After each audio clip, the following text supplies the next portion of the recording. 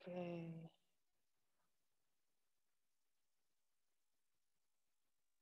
Selamat sore. Sambil nunggu yang lain masuk, mungkin yang berkenan on cam silakan on cam nggak apa-apa sih, kalau misalkan enggak ya nggak apa-apa juga.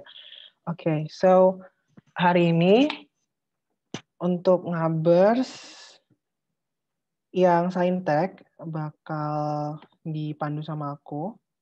Kita bakal bahas soal SIMAK 2019 itu yang udah dikirimin lewat Discord. Sebelumnya aku mau mohon maaf karena ada pergantian jadwal yang ternyata itu sebelumnya kan jam 7 malam ya.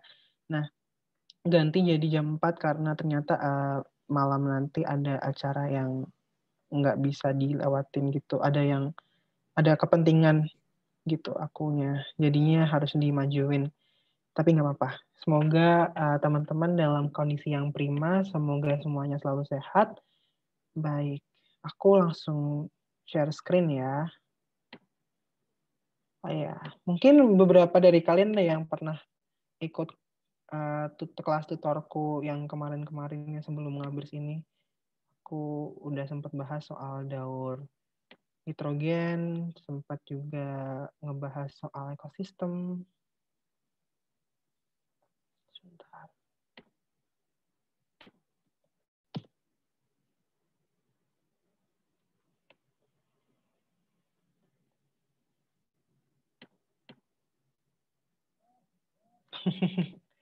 Oke, jadi kita mulai ya.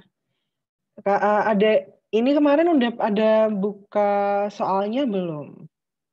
Bisa respons lewat kolom chat atau mungkin mau unmute juga nggak apa-apa, silakan.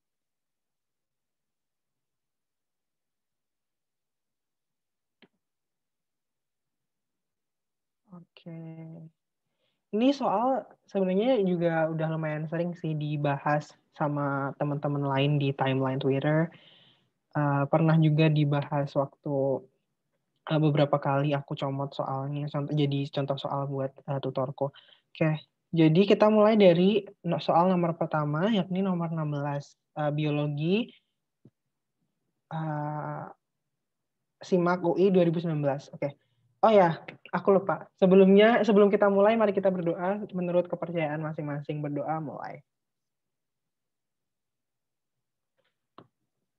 Berdoa selesai. Baik, oke. Kita langsung aja masuk ke soal nomor 16. Keberhasilan evolusi akan tercapai jika mutasi terjadi pada titik-titik-titik. Kita harus tahu dulu evolusi itu apa. Evolusi itu adalah perubahan yang lambat terjadi pada makhluk hidup. Biasanya dia itu terjadi pada struktur DNA-nya kalau evolusi DNA gitu. Nah, mutasi ini kan sasarannya DNA. Mutasi yang bisa diturunkan, evolusi ini kan suatu proses lama yang dia itu dari generasi ke generasi gitu kan. Berarti kita harus tahu tipe mutasi yang dia itu selalu berkelanjutan gitu. Hasil mutasi itu bakal diterusin ke generasi selanjutnya begitu. Nah, mutasi kan ada dua ya. Mutasi ada dua, somatik sama kalau dilihat dari sel yang mengalami mutasinya, mutasi ada mutasi somatik alias mutasi di sel tubuh sama yang gametik yang terjadi di sel-sel gamet. Nah, mutasi yang ada di sel somatik, di sel tubuh, itu dia sifatnya tidak diteruskan ke generasi selanjutnya. Jadi dia mentok di individu tersebut. Jadi dia itu tidak diwariskan. Tapi kalau yang gametik itu dia diteruskan karena sel gamet itu kan nanti bakal mengalami meiosis, terus ketika organisme itu mengalami perkawinan ya, itu nanti bakal sel hasil meiosisnya kan bakal dikawini gitu, bakal mengalami fusi dengan sel gamet dari jenis yang lain gitu, dari misalkan jantan sama betina gitu yang mengalami mutasi, misalkan itu gennya yang di sel telur gitu. Nah, sel telurnya nanti kan bakal dibuahi oleh sel sperma. Nah, bakal jadi individu baru. Di sel telur yang mengalami mutasi itu tadi kan DNA-nya udah berganti ya, ada shifting, ada pergantian, ada pergeseran model DNA dari induknya. Jadi yang asalnya misalkan A, B, C, D, terus tiba-tiba kan itu nggak ada FGH ya. Tiba-tiba tuh setelah mutasi gametik, setelah mutasi terjadi, tiba-tiba di antara B sama C itu ada fragmen baru yang sebelumnya nggak ada. Nah, kebetulan waktu itu sel telurnya beruntung bisa dibuahi sama sel sperma. Jadilah individu baru yang fragmen DNA-nya, yang komponen DNA-nya itu beda sama induknya begitu. Nah, itu bisa nge-trigger evolusi, bisa memicu evolusi. Nah, kita lihat dari jawabannya, DNA sel somatik. DNA sel somatik salah ya. Soalnya kita cari yang gametik. Gametik sendiri itu istilah lainnya itu adalah plasma nutfah ya. RNA sel somatik itu salah. Kenapa? Soalnya RNA itu nggak berperan dalam menentukan sifat makhluk hidup gitu. Jadi RNA itu lebih ke fungsinya mensintesis protein. Terus RNA plasma nutfah juga bukan. DNA dan RNA sel somatik juga salah. Jadi jawaban yang paling tepat adalah B, DNA plasma nutfah. Oke. Kita lanjut ke nomor 17. Jika terdapat 20 evolusi itu adalah suatu proses perubahan makhluk hidup yang terjadi secara lambat. Jadi dia itu perubahannya itu sifatnya itu berkesinambungan terus-menerus dan terjadi secara lambat gitu. Evolusi itu adalah perubahan struktural maupun genetik dari dari individu yang terjadi secara lambat, dan itu prosesnya lama gitu. Prosesnya melibatkan terus-menerus gitu. Terjadinya itu nggak cuma sekali itu doang terus tiba-tiba langsung berubah total jadi individu yang berbeda gitu, enggak, tapi dia bertahap terjadinya itu ya. Jadi enggak satu generasi terus tiba-tiba evolusi jebret generasi selanjutnya langsung jadi berbeda, itu namanya bukan evolusi. Jadi dia ada proses yang bertahap, bisa sampai puluhan hingga ratusan tahun gitu. Itu namanya evolusi. Kalau yang cepat namanya revolusi, pakai R. Oke, nomor 17. Jika terdapat 20 kromatid pada suatu sel, banyaknya sentromer dalam sel tersebut adalah bla bla bla bla. Kita lihat dulu gambar dari struktur kromosom. Ini misalnya kita lihat dari kromosom ini ya. Nah, ini ada yang namanya satu kromosom ini terbentuk dari 2 sister kromatid yang dihubungkan oleh satu sentromer. Nah, di dalam sister kromatid ini ada yang namanya ini lengan panjang, ini lengan pendek. Terus telomer ini adalah bagian puncak dari bagian ujung dari si kromatid gitu. Kalau sentromer itu adalah bagian yang mana dia itu saling terikat, saling mengikat antara kromatid satu dengan kromatid yang lainnya.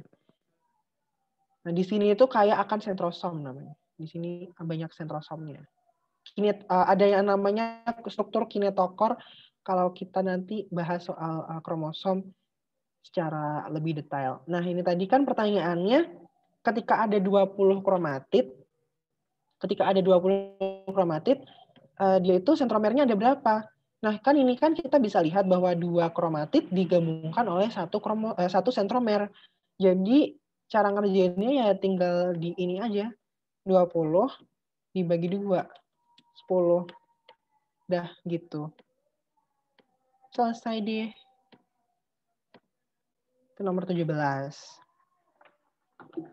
Kalau 20 berarti berapa kira-kira ya jumlah ininya, jumlah kromatidnya? Ada yang tahu nggak?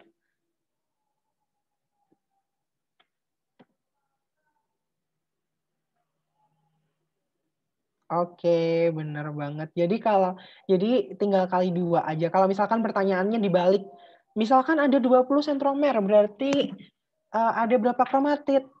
Berarti ada 2 kali 20. Berarti ada 40 kromatid gitu. Ini kalau 40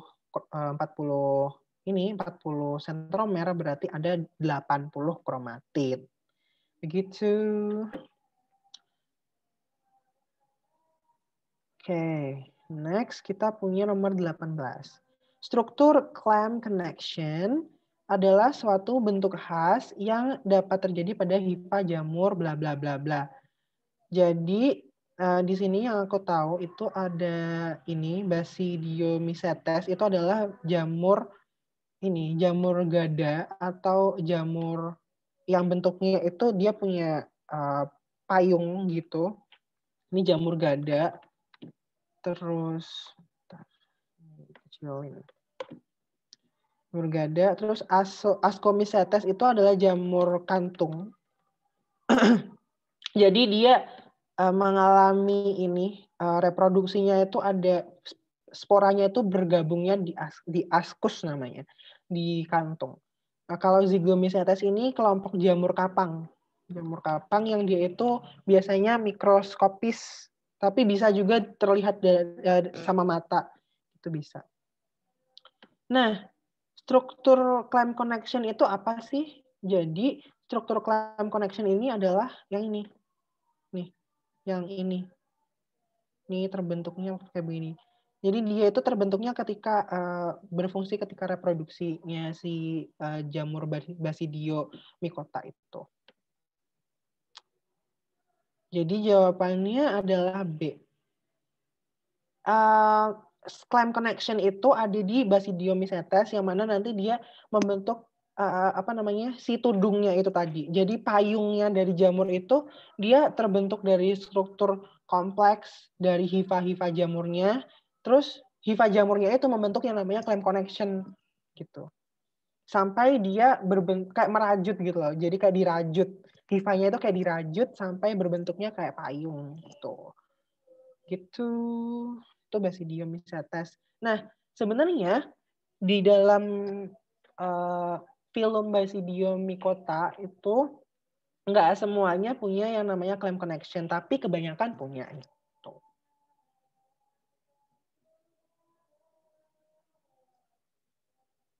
Ciri utama dari Basidiomycetes itu tadi sih, jadi dia bentuknya kayak payung. Kalau Zygomycetes dia itu biasanya kayak begini, twing gitu.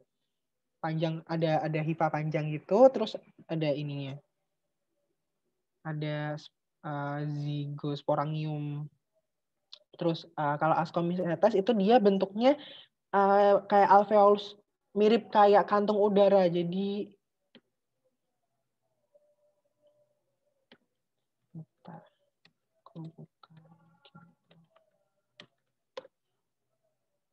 nah, untuk yang Deuteromycetes sama Oomycetes itu aku kurang tahu. Nanti coba abis ini aku bukain Campbell ya. Kalau jamur kantung itu contohnya itu ada truffle. Kalian tahu truffle nggak? Jadi dia kayak sarang tawon gitu, ada bulat-bulatnya. Apa ya? Kayak ada struktur rongga-rongganya gitu.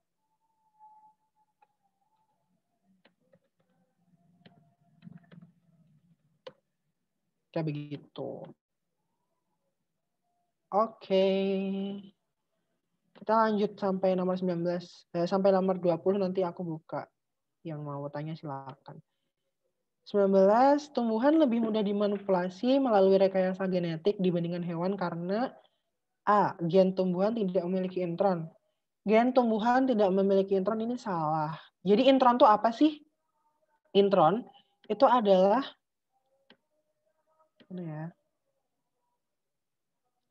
intron itu adalah bagian DNA yang tidak dikode. Itu fungsinya adalah untuk membuat variasi. kodon. Tuh, itu ada di eukariotik. Jadi semua organisme eukariotik itu punya yang namanya intron. Begitu. Jadi misalkan nanti di soal kalian dikasih DNA yang isinya tuh ada ekstron, ada intron. Kalau ekstron itu yang dikode, kalau intron yang enggak. Jadi kalau misalkan nanti kalian di soal kapan mungkin disimak yang akan datang itu ada soal yang ngebahas soal ekstron intron, kalian disuruh asam amino apa yang terbentuk itu dipotong dulu intronnya. Jadi misalkan ekstron sama intron itu membentuk DNA panjang gitu. Nah, itu yang bagian intronnya dihilangin dulu, terus baru digabungin ekstronnya. Habis itu kalian bentuk kodonnya. Kalian transkripsiin kodonnya, ditranslasiin jadi protein apa gitu.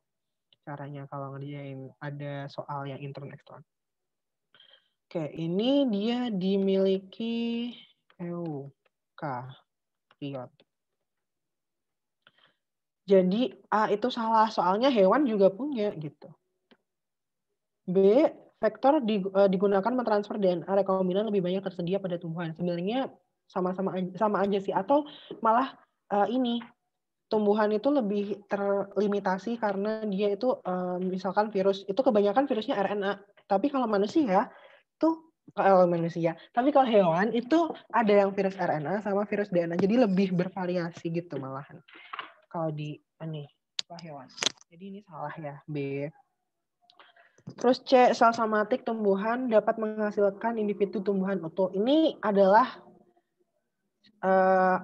penyebab utama kenapa tumbuhan itu selalu aja yang dipakai buat ini. Lebih mudah dipakai, orang itu, peneliti itu lebih senang pakai tumbuhan dalam genetika, manipulasi genetik, rekayasa genetik, karena itu dia punya daya yang namanya totipotensi.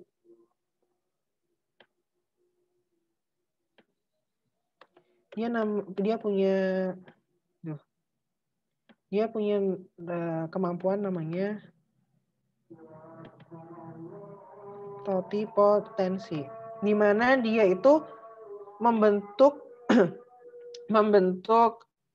tumbuhan utuh dari salah satu sel tubuhnya. Misalkan kalau di anggrek biasanya itu daunnya atau batangnya, di pisang juga bisa dari bonggol pisang itu. Nah, itu adalah faktor utama kenapa tumbuhan lebih sering dipakai jadi ini buat rekayasa genetik. Gen dapat diinsersikan ke dalam tanaman melalui mikroinjeksi. Mikroinjeksi itu apa sih? Mikroinjeksi itu jadi pemasukan materi genetik atau sampel ke dalam sel dengan perantara mikroskopis gitu. Alatnya mikroskopis. Nah, ini sebenarnya sama aja. Kenapa? Karena hewan pun juga bisa gitu diinjeksiin. Terus sel tumbuhan memiliki nukleus lebih besar. Ini sebenarnya benar. Maksudnya fakta ini benar. Kalau nukleusnya itu lebih besar. Nukleusnya sama aja. Bedanya itu adalah tumbuhan punya vakuola yang lebih besar daripada di sel hewan gitu. Jadi ini salah sih. Nukleusnya itu relatif lebih besar punya hewan, tapi si tumbuhan itu punya vakuola gitu. Tuh kalau misalkan kita bilang soal selnya, perbedaan sel hewan sama tumbuhan. Oke. Terus nomor 20. Hipotalamus merupakan bagian dari jadi opsinya ada A, B, C, D, E, otak depan, otak belakang, otak tengah, otak kecil, batang otak. Otak kecil itu cerebellum.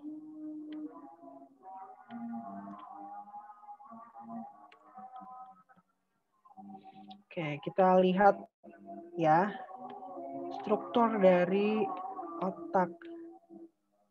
Nih. Jadi ketika fase embrio itu berkembang yang awalnya itu ada otak depan, otak tengah, sama otak belakang. Nah, seiring dengan perkembangannya itu terbentuklah telencephalon sama diencephalon dari forebrain. Terus yang otak tengah itu membentuk mesencephalon, hindbrain atau hindbrain atau otak belakang itu membentuk metencephalon sama mielencephalon. Nah, si telencephalon membentuk cerebrum atau otak besar, meliputi cortex cerebrum terus sama nukleus basal. Terus ini diencephalon membentuk yang namanya struktur diencephalon, terdiri dari talamus, hipotalamus sama epitalamus. Gitu. Jadi tadi kan pertanyaannya hipotalamus. Hipotalamus masuk apa? Berarti dia masuknya di otak depan gitu. Jadi yang harus dimengertiin itu adalah diferensiasi dari tiap jaringan saraf embrional gitu.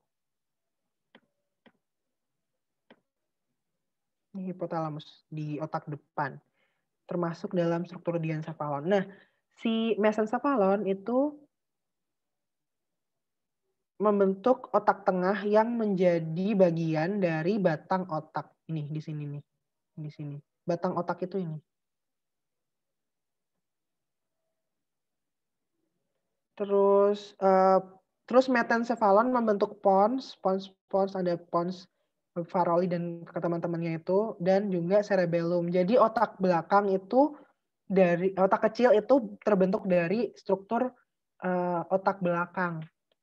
Ini masuknya otak belakang. Ini aku masukin, aku tulis. Oh, aku kasih ini aja ya. Nah, terus mielencephalon itu membentuk medulla oblongata. Medulla oblongata itu di sini. Yang langsung berhubungan sama chorda spinalis. Atau apa namanya ini? Chorda dorsalis ya, apa namanya ya? Ini struktur tulang belakang, sumsum tulang belakang. Iya, aku kasih keterangan.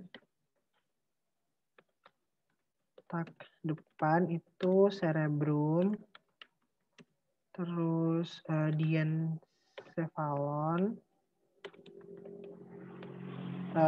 talamus di kakak,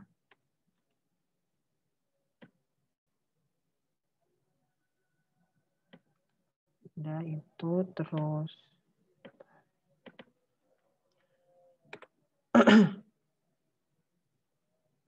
otak tengah itu membentuk hindbrain. Kok hindbrain sih? Midbrain.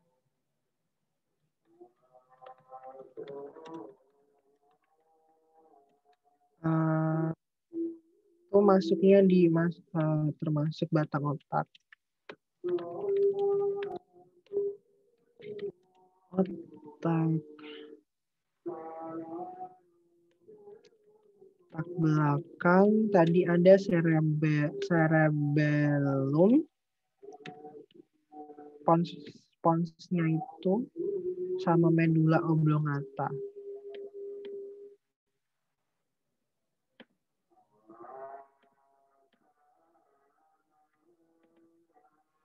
Cerebellum, pons, dan medulla oblongata.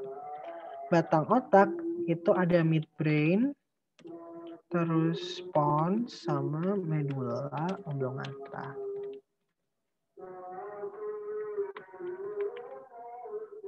Aku kasih warna satu-satu kali ya.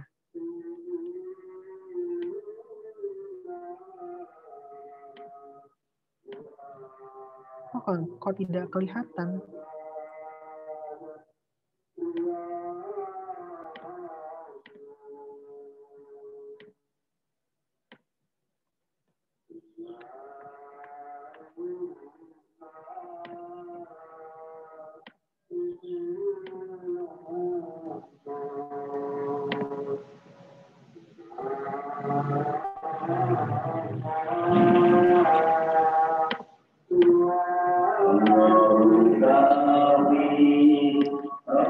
Oke, dari sini ada yang ditanyain nggak? Dari berapa nih? 6 soal ya? 6 soal yang udah dibahas ada yang 5 soal ding. 5 soal yang udah dibahas ada yang ditanyain nggak?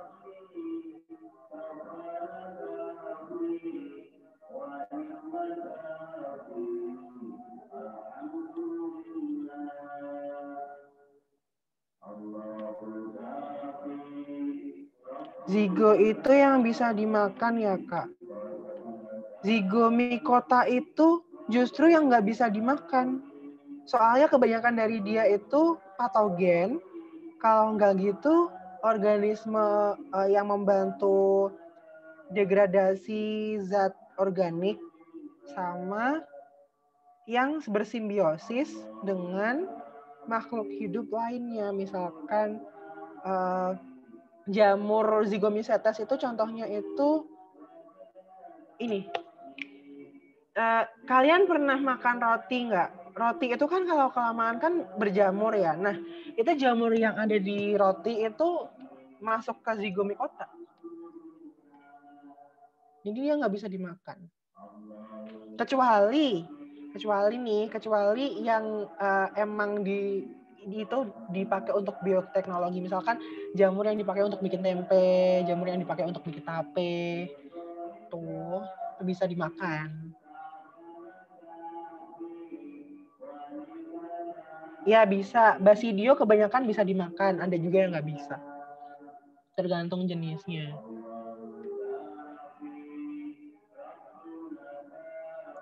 Cuma kebanyakan yang bisa dimakan itu emang dari basidio mycota. Termasuk jamur tiram, jamur kuping.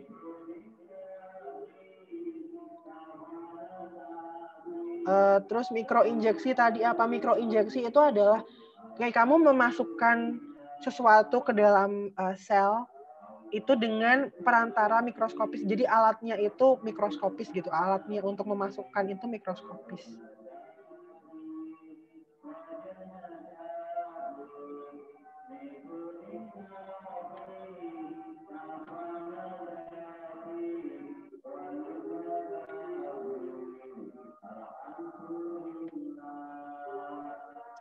Kayak magic mushroom itu kalau belajar nama-nama Latin gitu dihafal atau gimana ya Kak? Soalnya gampang lupa. Kalau aku sendiri itu lihat aja ininya.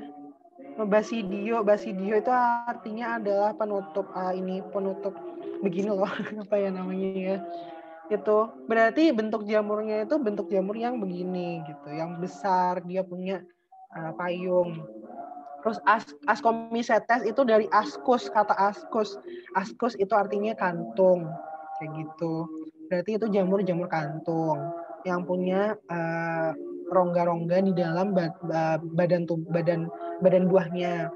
Nah, kalau Zygomycetes sendiri itu berarti jamur yang itu dia lebih sederhana bentuknya. Kayak kita sebenarnya sih bukan menghafal ya, tapi lebih ke mengerti apa sih sebenarnya organisme tipe X gitu. Itu sebenarnya organisme jenis X itu kayak gimana, karakteristiknya apa aja yang bisa membantu kita untuk mengetahui kenapa dia digolongkan ke dalam takson ini begitu. Tapi kalau misalkan kamu mau menghafal ya nggak apa-apa.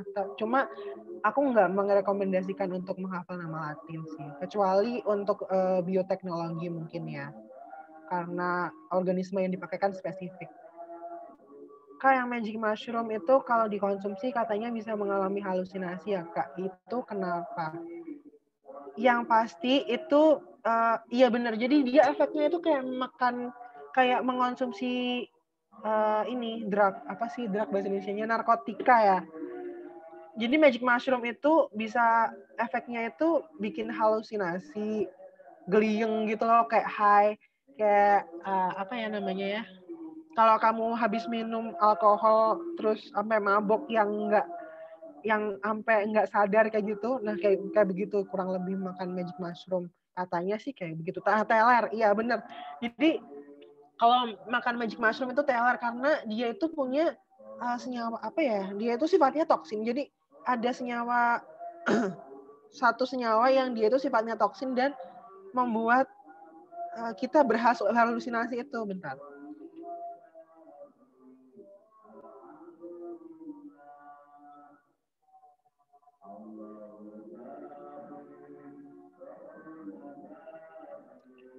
Nah, si ini itu sifatnya ini. Dia nyerangnya ke sistem syaraf. Nah, nih, dia tuh punya yang namanya psikolibin yang ketika dicerna itu berubah jadi psilosibin yang berubah menjadi psilosin ketika dicerna. Nah, psilosin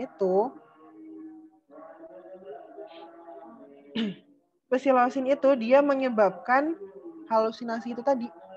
Kak, sumber yang kakak pakai buat belajar biologi apa, Kak? Soalnya kadang cari di Google jawaban suka beda-beda. Aku kalau misalkan ngerjakan soal begini, aku pakainya langsung dari buku. Aku cocokin sama yang ada di buku. Terus kalau misalkan aku carinya di Google, berarti biasanya aku pakai keyword bahasa Inggris. Soalnya yang keluar nanti result dari pencariannya biasanya lebih kredibel gitu. Ininya websitenya. Ada satu website yang itu enak banget. Apa ya namanya ya? Aku lupa. Nanti aku iniin di server Discord. Oke. Kita lanjut dulu aja kali ya ke nomor 21. Pernyataan tentang karakteristik hubungan predator mangsa berikut yang benar adalah kecuali titik. Kenaikan populasi mangsa sering diikuti oleh peningkatan populasi pemangsa. Jadi benar ketika populasi mangsa itu naik, populasi pemangsa juga ikut naik. Kenapa? Karena mereka dapat suplai makanan dari si populasi mangsa yang berlebih ini tadi. Nah, sebenarnya pemangsa itu berlaku sebagai penjaga dari sebagai stabilisator populasi mangsa biar ekosistemnya nggak rusak. Karena kan kalau mangsa itu terlalu banyak berarti organisme autotrof yang dia konsumsi juga butuhnya makin banyak dong. Akhirnya eksploitasinya berlebihan. Maka dari itu pemangsa perlu ada. Tuh. Kalau misalkan di sawah contohnya aja kita bisa lihat ulat yang dia itu overpopulate, populasinya itu berlebih dan nggak ada pemangsanya, itu nanti bakal merusak tanaman gitu. Makanya harus ada yang namanya pemangsa dalam satu ekosistem. Niche itu nggak boleh dihilangkan gitu. Terus kamuflase adalah adaptasi yang melindungi mangsa. Jadi benar, adaptasi kamuflase itu bisa melindungi mangsa, bisa menguntungkan juga pemangsa. Kalau mangsa itu kan melindungi diri ya, bisa nggak terlihat gitu istilahnya. Kalau pemangsa juga nggak terlihat, tapi dia menguntungkannya karena nggak terlihat itu, dia bisa menangkap mangsa. Kalau mangsa punya kamuflase itu untuk melindungi diri biar tidak ditangkap oleh pemangsa. D. Produksi sejumlah besar keturunan dalam waktu yang sangat singkat memastikan kelangsungan hidup beberapa populasi mangsa. Jadi ada yang namanya itu strategi reproduksi. Ada 2. Strategi reproduksi. Jadi strategi dalam ilmu ekologi itu ada yang namanya strategi reproduksi. Di mana itu ada 2 jenis. Yang pertama itu sedikit, tapi dia dirawat. Jadi contohnya itu manusia begini ya. Itu kan anaknya mungkin 1 sampai 2, kalau misalkan kembar kan 2 ya. 1 sampai 2 individu per sekali melahirkan reproduksi. Atau enggak sapi deh. Sapi itu kan sekali bisa sekali melahirkan bisa 1 sampai 2 atau 3 anak kalau misalkan itu the odd misalkan sapinya. Nah, itu bakal digedein sampai mereka kuat untuk bertahan hidup sendiri. Tapi ada juga yang namanya itu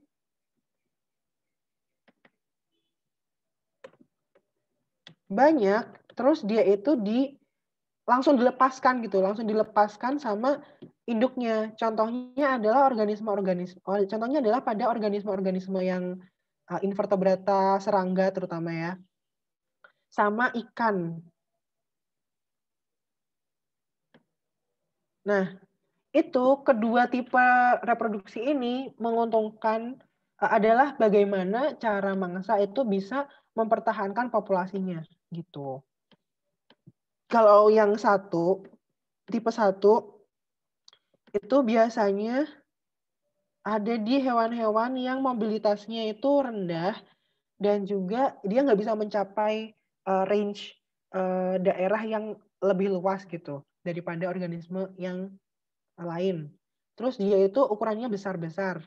Biasanya mamalia, contohnya sapi, kambing, itu dia beranaknya tidak lebih dari 5 atau 10 lah paling banyak. Kayak babi, terus anjing, kucing, itu kan lebih banyak, tapi tetap ya nggak ada kayak dalam jumlah yang tidak gila lah, dalam tanda kutip. Kalau yang kedua itu contohnya itu serangga-serangga yang satu kali bertelur itu bisa sampai ratusan hingga ribuan. Nah, dia itu kan nggak dirawat sama induknya sampai bisa bertahan hidup gitu, sampai bisa bisa survive sendirian kan enggak. Tuh mereka itu pakai strategi yang ini, sejumlah besar keturunan itu diproduksi dalam waktu singkat sehingga nantinya yang dimangsa oleh pemangsa, yang dimakan oleh pemangsa itu ya sebagian aja, tapi masih ada banyak yang lain itu bisa survive. Terus populasi pemangsa paling sering menghilangkan populasi mangsa. Ya jelas, soalnya tugasnya si pemangsa itu tadi adalah menjaga kestabilan populasi mangsa. Nah, ini di sini ada contoh dari grafik populasi pemangsa dan mangsa dari ini snowshoe hare atau kelinci salju sama lynx. Nah, ketika populasinya si snowshoe hare ini naik, si lynx populasinya juga naik. Bisa dilihat di sini. Ini nggak bisa ya di highlight ini. Oh, area highlight ini ya. Kebanyakan. Ini bisa dilihat di sini. Di bagian yang ini. Kita cuplik di sini aja juga bisa. Ini udah bisa menyimpulkan gitu.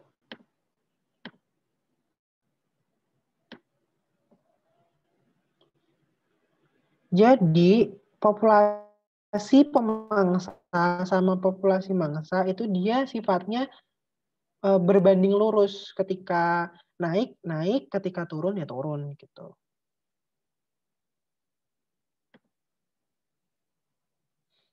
Jadi jawaban yang salah alias ini pernyataan tentang karakteristik hubungan predator mangsa yang salah itu adalah kenaikan populasi mangsa diikuti oleh penurunan populasi mangsa. Nih, kenaikan, penurunan. Karena yang benar itu adalah dia sebanding. Naik, turun, turun. Oke, kita lanjut ke nomor 22. Enzim yang tidak terlibat, ingat ya, tidak terlibat. Tidak terlibat dalam proses DNA replikasi atau proses replikasi DNA, penggandaan DNA adalah A, B, C, D, E. A, helikase. Helikase itu enzim yang fungsinya itu untuk memutus rantai memutus ikatan hidrogen, ikatan hidrogen.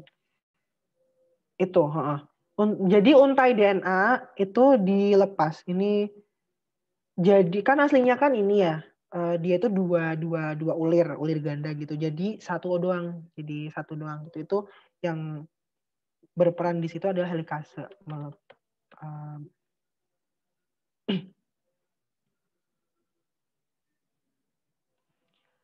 Tapi yang nomor 21 nggak selalu dinamis gitu, Kak. Seimbang antara pemangsa dan pemangsanya. Jadi dalam kondisi ideal, dalam kondisi yang optimal itu kayak tadi pemangsa dan mangsa itu selalu berbanding lurus. Tapi ketika ada gangguan yang menyebabkan salah satu populasi itu jadi berkurang drastis atau bertambah drastis, itu kesetimbangannya bakal terganggu gitu. Jadi nggak berbanding lurus lagi. Itu soal mangsa dan pemangsa. Jadi di kondisi idealnya itu bakal berbanding lurus. Oke, balik lagi ke nomor 22. Enzim yang tidak terlibat dalam proses DNA replikasi. Tadi helikase melepas untai DNA.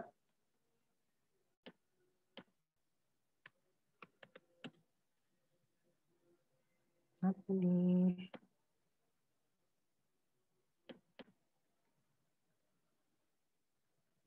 Pas untai.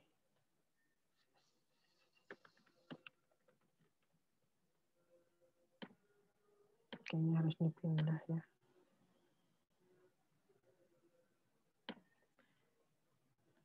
Aku taruhin, bentar.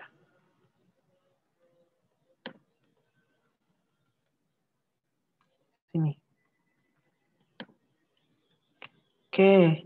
DNA ligase itu nama lainnya adalah lem DNA. Dia berfungsi untuk menggabungkan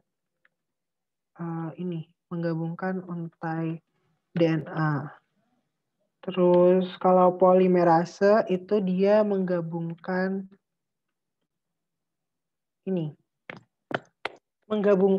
monomer-monomernya gitu. Biar jadi rantai baru. Terus kalau tak polimerase itu adalah polimerase yang ada di bakteri. Fungsinya ya itu untuk menggabungkan monomer DNA sama kayak DNA polimerase. Nah, transkriptase itu adalah satu enzim yang itu berlaku ketika terjadi yang namanya proses reverse transkriptase. Reverse transcriptase itu adalah pembuatan DNA dari RNA. Dia ya reverse transcriptase virus. Dia yang punya itu virus retrovirus. Contohnya adalah HIV. Itu dia membentuk DNA-nya dari RNA yang ada di inangnya gitu. Dia pakai enzim yang namanya transkriptase. Jadi jawabannya 22 itu adalah D. 23, tingkat tingginya kadar NADH yang dihasilkan melalui siklus Krebs dapat memicu umpan balik negatif berupa bla bla bla bla bla. Jadi kalau umpan balik negatif itu dia hubungannya dengan yang sebelumnya sebelum proses ini berlangsung gitu. Nah, sebelum siklus Krebs itu kan ada dekarboksilasi oksidatif. Nah, itu dia hubungannya sama transport pirufat. Terus kalau umpan balik negatif itu berarti adalah kebalikan dari ininya. Kalau ini tinggi berarti kebalikannya adalah rendah gitu. Atau kalau misalkan sifatnya itu ya negatif, degradat apa ya namanya? Begitulah. Nah, itu jawabannya adalah inaktivasi protein transport pirufat. Jadi ketika NADH dalam siklus Krebs itu tinggi, terus itu dia menginaktivasi protein transport pirufat biar biar NADH-nya itu diproses dulu sampai selesai gitu. Oke, nomor 24. Hewan mamalia yang tidak termasuk kelompok Eutheria adalah bla bla bla bla. Eutheria. Kita lihat dulu deskripsi dari Eutheria. Definisi Eutheria. Nih. Eutheria adalah mamalia berplasenta. Nih, mamalia berplasenta. Terus dia itu punya karena plasenta mereka itu lebih kompleks dari marsupial gitu. Terus punya masa hamil yang lebih panjang daripada marsupial. Jadi si anak dari Eutheria itu berkembang di rahim ibunya sampai gede, sampai semua semua organnya itu terdevelop. Apa ya namanya? Develop itu apa? Terbentuk semuanya lah, sampai dia itu sempurna semuanya, sampai itu baru dikeluarin sama si Eukarya. Nah, kalau marsupial itu dia dikeluarkan dalam bentuk embrio yang masih butuh berkembang lebih lanjut gitu. Jadi belum sempurna sistem-sistem organ yang ada di dalamnya, di dalam janinnya itu tadi. Nah, dia masa hamilnya itu lebih singkat dari Eukarya. Nah, yang termasuk Eukarya itu adalah anjing, tikus, kerbau, sama orangutan, karena mereka itu punya plasenta, terus kehamilannya itu lama, berbulan-bulan gitu. Terus juga mereka itu pas ngeluarin janinnya itu bayinya itu udah lengkap strukturnya, udah punya bulu, udah telinganya terdevelop dengan baik, matanya juga udah baik, bisa melihat dengan jelas. Nah, kalau kanguru itu dia termasuk marsupial. Nah, ini beda yang paling jelas dari Eukarya sama marsupial. Marsupial itu punya kantung, Eukarya itu nggak punya, gitu. Ini kan nggak punya anjing, nggak punya tikus, nggak punya kerbau, nggak punya orangutan juga nggak punya. Yang punya cuma kanguru. Nah, kanguru itu marsupial. Si bayinya itu development dari si bayinya itu ada di kantungnya gitu. Baru nanti kalau udah gede, udah siap buat bertahan hidup sendiri, dia baru keluar dari kantung. Tapi dilahirinnya itu udah dari berbulan-bulan yang lalu. Jadi misalkan dia itu periode hamilnya itu singkat. Terus waktu lahir itu janinnya itu bayinya itu cuma kecil lah intinya. Kalau dibandingkan biasanya cuma seukuran biji kacang. Seperti itu. Itu mamalia yang marsupial. Biasanya kayak gitu model reproduksinya. Jadi ini dia berplasenta ya.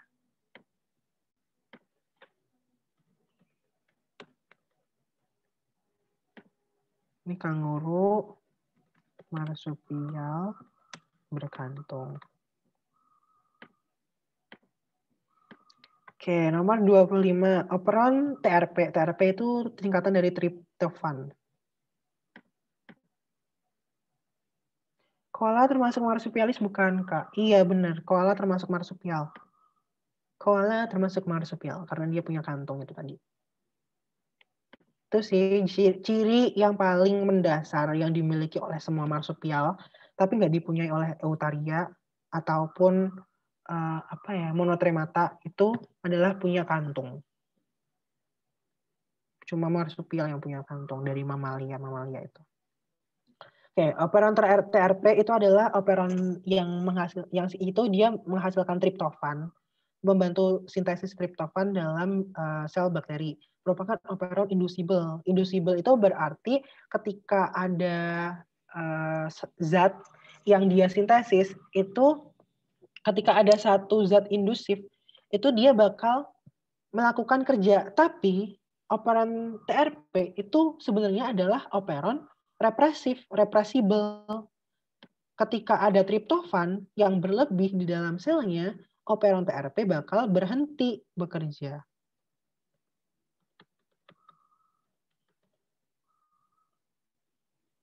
Nah, ini sama ini. Inducible kan berarti bisa diinduksi. Bisa menginduksi aktivitas transkripsi gen pengkode enzim pensintesis triptofan. Nah, karena operon TRP ini tadi sifatnya repressible, maka merepresi bukan menginduksi. Jadi kehadiran asam amino triptofan itu justru menghambat transkripsi gen operon triptofan untuk mensintesis triptofan karena dianggap ya triptofannya udah cukup. Gitu. Next, kita punya 26. Sebagian besar gas CO2. Kalau nomor 25 masuk materi apa ya? 25 itu masuk ke gen ini. genetika. Dia masuk ke sintesis protein. Dari sintesis protein, tapi emang hampir nggak pernah dibahas operon itu di SMA. Jadi operon sendiri itu ada TRP, ada LAC, ada macam-macam. Yang fungsinya itu untuk mensintesis. TRP itu sendiri ada gen gitu loh. Jadi fragmen gen yang ada di bakteri yang fungsinya itu untuk mensintesis sesuatu yang spesifik yang dicirikan oleh dia, kayak operon TRP ini berarti fungsinya untuk aktivasi sintesis triptofan. Kalau laktos operon berarti dia laktosa begitu. Oke, nomor 26, sebagian besar CO2 dari jaringan akan dibawa oleh ke paru-paru dalam bentuk HCO3 atau asam atau ion bikarbonat. Jadi oke, sama-sama Zizi. Jadi ini benar karena apa? Karena yang pertama itu kebanyakan ditransfer lewat ini HCO3. Yang kedua dia terikat dengan hemoglobin HbCO. Yang ketiga itu larut. Ini yang dalam bentuk bikarbonat itu dia sekitar 87%. Sekitar 87%-an segitu. Terus ini 12-13% yang berikatan dengan Hb, hemoglobin. Terus yang larut itu sekitar kurang dari 1%. Gitu. Jadi ini benar. Terus kemampuan Hb mengikat CO2 itu lebih lemah jika dibandingkan dengan O2. Salah.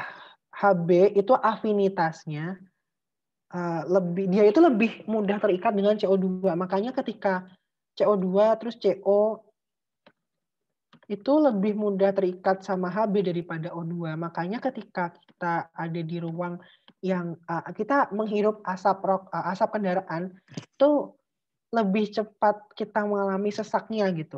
Karena CO2, karena gas karbon monoksida dari asap kendaraan itu langsung diikat sama ketika masuk ke dalam sistem pernafasan kita, itu langsung diikat oleh hemoglobin gitu. Lebih mudah tergantikan O2-nya daripada gimana ya? Hemoglobinnya itu lebih mengikat CO2 dan CO dibandingkan oksigen. Jadi ini 26 ini yang atasnya pernyataannya itu benar. Yang ininya terus apa namanya ini? Alasannya salah gitu. Ntar aku mau nyontek ininya. Cara ngerjainnya. 1, 2, 3. Bukan. Iya berarti ya. Jika benar salah C. Itu yang operon tadi jawabannya E. Ini E ya.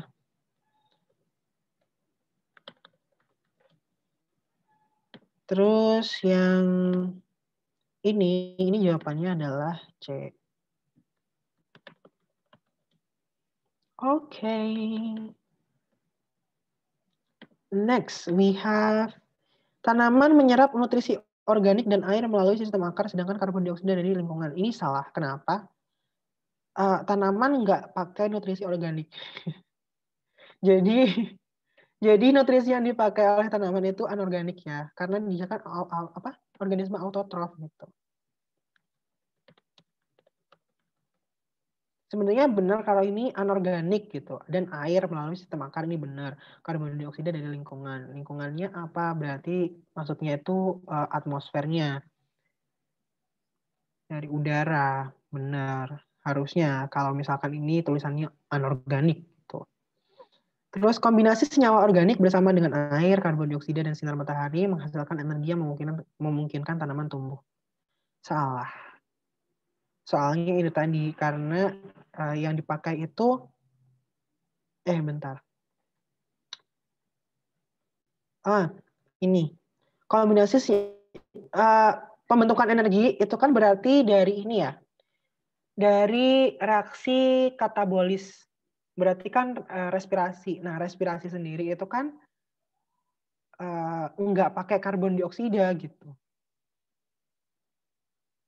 dan nggak pakai matahari. Sementara yang pakai matahari dan karbon dioksida itu adalah fotosintesis, yang mana fotosintesis ini malah membutuhkan energi gitu. Jadi salah ya. Kalimat ini nggak berhubungan gitu antara awalnya sama akhirnya. Jadi ini salah. Oke, ini jadi jawabannya E.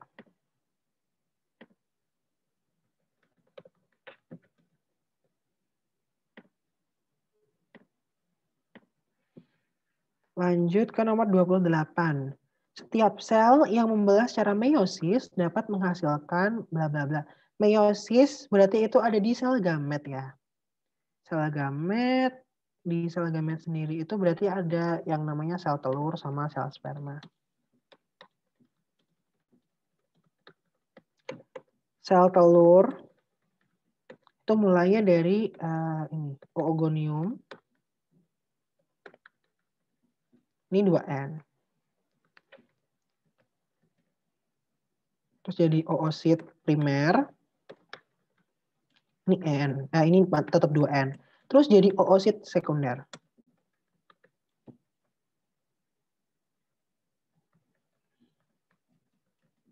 Terus jadilah ovum.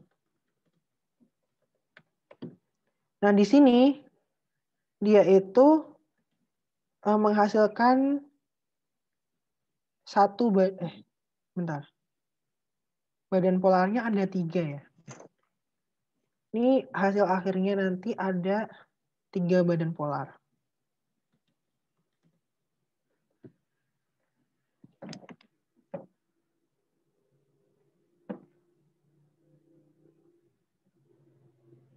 Oogenesis.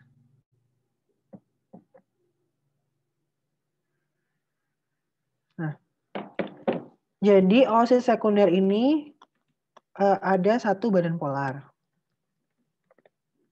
Terus membelah lagi jadi ovum plus 1 badan polar dari ini.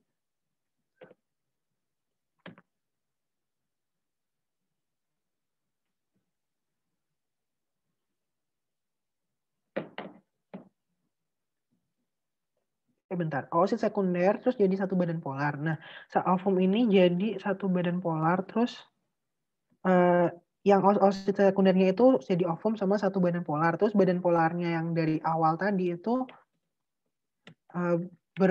membelah lagi jadi 2 badan polar gitu. Ini dari oosit sekunder.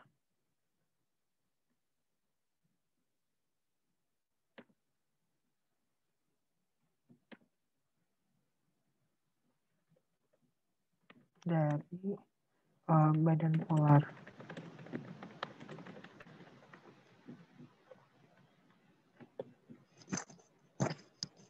Kalau digambar tuh begini.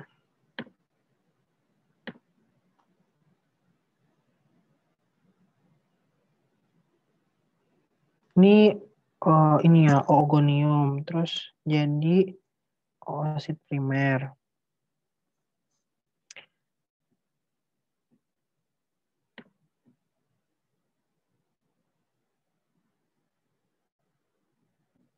Nah, terus habis itu jadi ovum sama jadi oosit sekunder sama badan polar. Badan polarnya ini jadi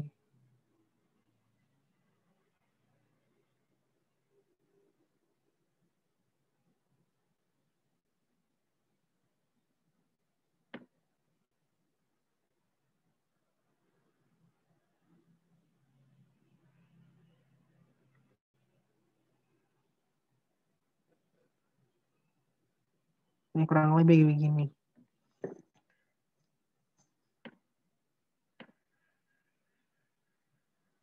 Nah, badan polar sendiri itu sebenarnya apa sih? Badan polar itu adalah sel telur yang dia itu tereduksi. Kenapa kok harus direduksi? Soalnya biar nutrisi yang didapatkan itu maksimal gitu untuk 1 sel telur.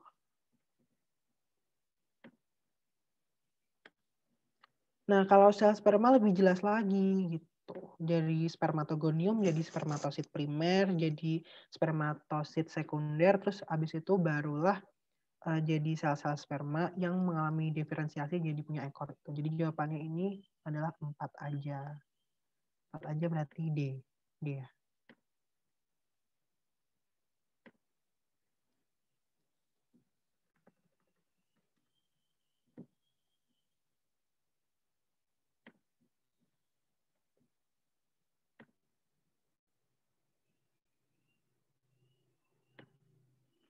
Nomor 29.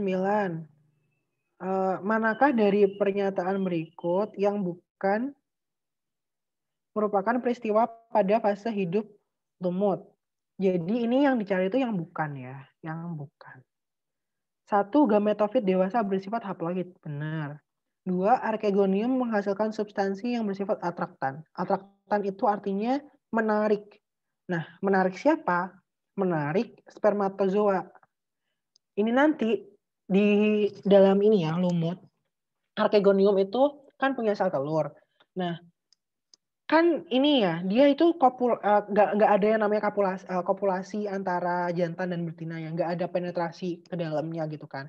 Nah itu cara biar spermatozoanya bisa masuk itu dengan menghasilkan senyawa antraktan ini. Jadi ketika hujan, air hujan itu bakal ngebawa senyawa atraktan yang dihasilkan oleh archegonium sehingga spermatozoa yang dari antheridium itu bisa berenang dalam air hujan itu mengikuti senyawa antraktan ke dalam archegonium gitu. Terus sporofit menghasilkan spora yang diploid. Salah. Sporofitnya itu ya, jadi ada skemanya. Nih.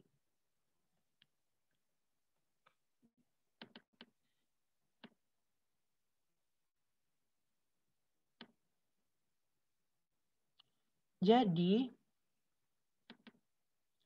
di sini sporanya itu udah udah haploid, udah masuk di warna yang biru, di tanda panah yang biru. Jadi dia haploid sifatnya, bukan diploid. Yang diploid itu adalah si sporofitnya alias si sporangiumnya. Jadi ini salah nomor 3. Terus 4, zigot dilindungi oleh archegonium. Benar, soalnya zigotnya itu ketika fertilisasi. Nah ini yang aku maksud dari spermanya itu berenang pakai di air hujan. Tuh dia dibawa ke sini dengan ditarik oleh senyawa atraktan gitu. Dipandu oleh senyawa atraktan biar masuk ke dalam sini. Terus zigotnya nanti kalau udah ada di dalamnya archegonium. Jadi ini yang benar itu adalah 1, 2, 3. Yang bukan itu cuma yang nomor 3. Tapi nggak ada pilihan jawaban yang cuma nomor 3 aja. Gitu. Yang nomor 3 aja. Jadi mungkin ini salah satu trap. Mungkin disimak biar kitanya lebih berhati-hati dan tidak ini. Dan tidak syukur itu apa ya? Tidak asal-asalan lah ngejawabnya.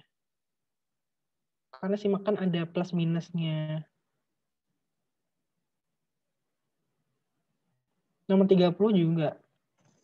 Keterangan gambar potongan melintang batang yang benar adalah, jadi ini adalah batang tanaman dikotil. Ini dari luar ini ada epidermis, terus ada endodermis, terus ini masuk ke seludang pembuluh, tersusun secara rapi, melingkar begitu. Terus ini yang di dalamnya ada emplur. Nah, A itu adalah sel-sel sklerenchyme. Jadi ini benar pernyataan nomor 4. Di bawahnya sklerenchyme barulah phloem. Terus di dalamnya lagi ada xilem gitu. Terus B berkas pembuluh ini benar. Jadi selundang pembuluh itu lengkap sebulatan ini. Terus C empulur betul. Nah, cuma yang D itu harusnya bukan phloem tapi xilem. Jadi jawabannya ini yang benar itu 1, 2, 4. Gitu. Nggak ada pilihan jawabannya juga. Oke, itu adalah pembahasan dari ini. Bentar, ini aku tulisin sekalian. Ini apa, terus yang di dalam ini abu-abu ini apa.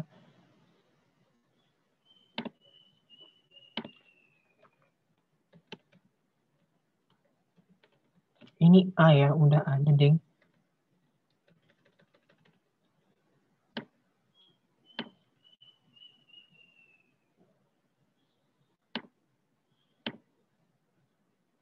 Kalau dirasa nggak ada pilihan jawaban gitu, mending diisi atau dikosongin ya.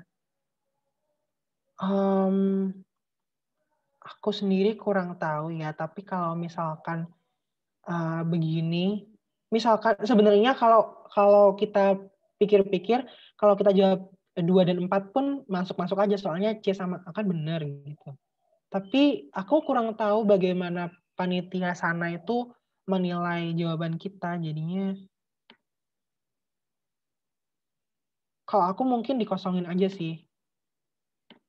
Karena ini kan sesuatu yang ambigu gitu. Kalau ambigu kan nggak jelas, daripada nantinya ternyata nggak seperti yang kita harapkan, kan repot juga gitu. Untuk rekordannya nanti bakal diupload di YouTube Bersinar ya. Jangan lupa dipantau habis kelas ini. Ini selundang.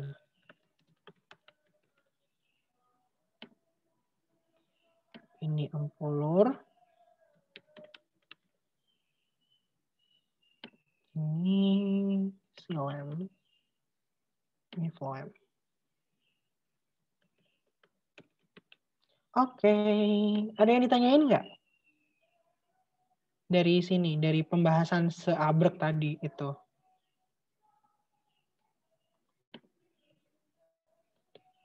Ini mungkin sambil aku lengkapin gambarnya buat yang spermato ini ya.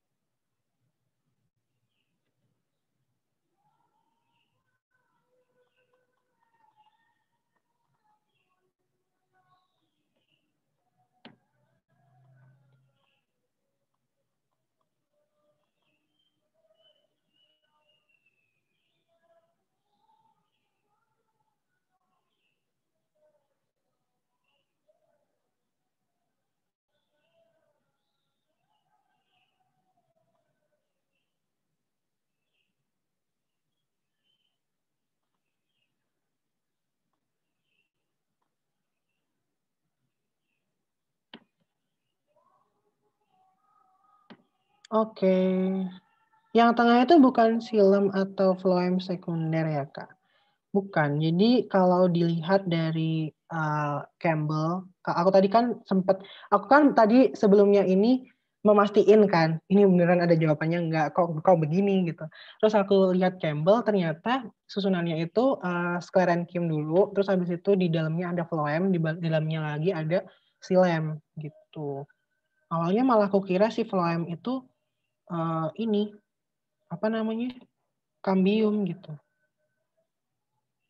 Oh ya, sambil nunggu ada yang nanya lagi, bisa ngisi ini ya, survei Bersinar sama ulasan Bersinar Mengajar di link yang ini atau yang ini di kanan kiri ini, terus atau bisa juga di scan QR code-nya. Nah, atau bisa ini. Oh ini ya, lebih spesifik lagi di Ngabers nih bisa. Yang dikirimin lewat kolom chat itu. Batas bagian sclerenchyme sama phloem yang mana ya, Kak? Jadi ini kalau di up close lagi, tuh ada beda warna sih kalau di soal ini. Nih, tuh. Ada beda warnanya kan di sini. Ini lebih terang, ini lebih gelap. Yang ini tuh sclerenchyme. Nih.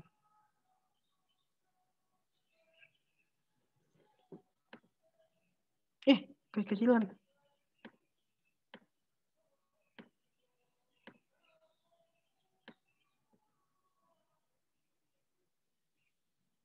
Gimana, ada yang ditanyain dari sini?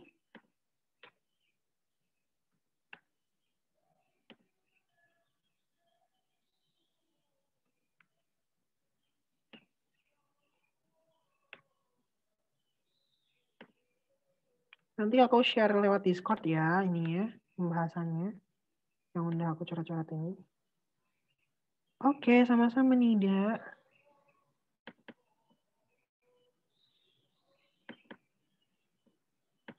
Jangan lupa ya teman-teman buat ngisi ini apa namanya formulir evaluasi Ngabers. Kita 1 bulan ini bersenang-senang dengan latihan soal mandiri, simak dan oto.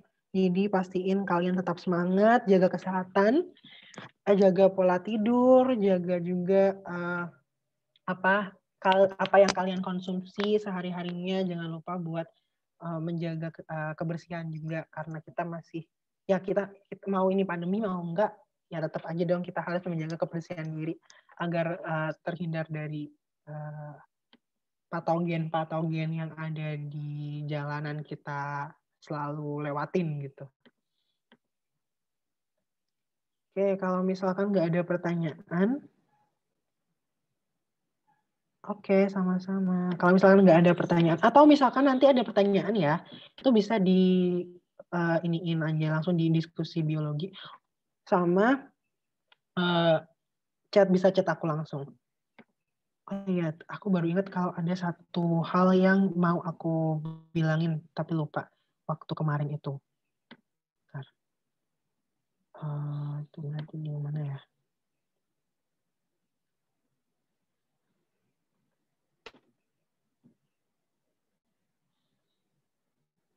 Oh, ini. Nah, ini kemarin ternyata waktu dilihat lagi jawabannya itu bukan D.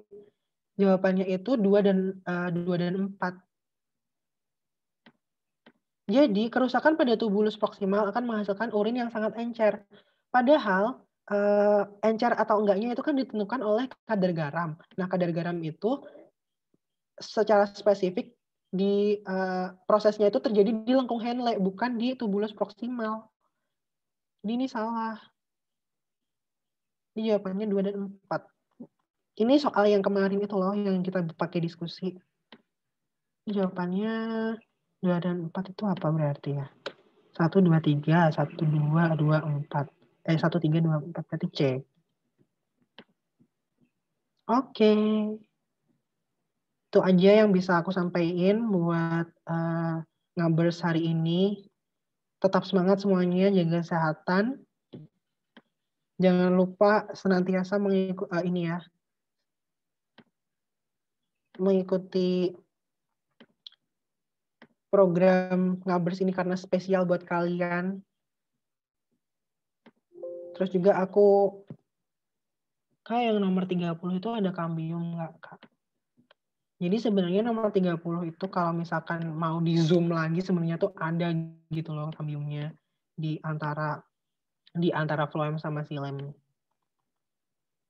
Gitu. Tapi karena ini strukturnya disederhanakan, jadinya kayak begini. Nanti aku kasih fotonya yang dari Campbell biar bisa dipakai perbandingan. Oke.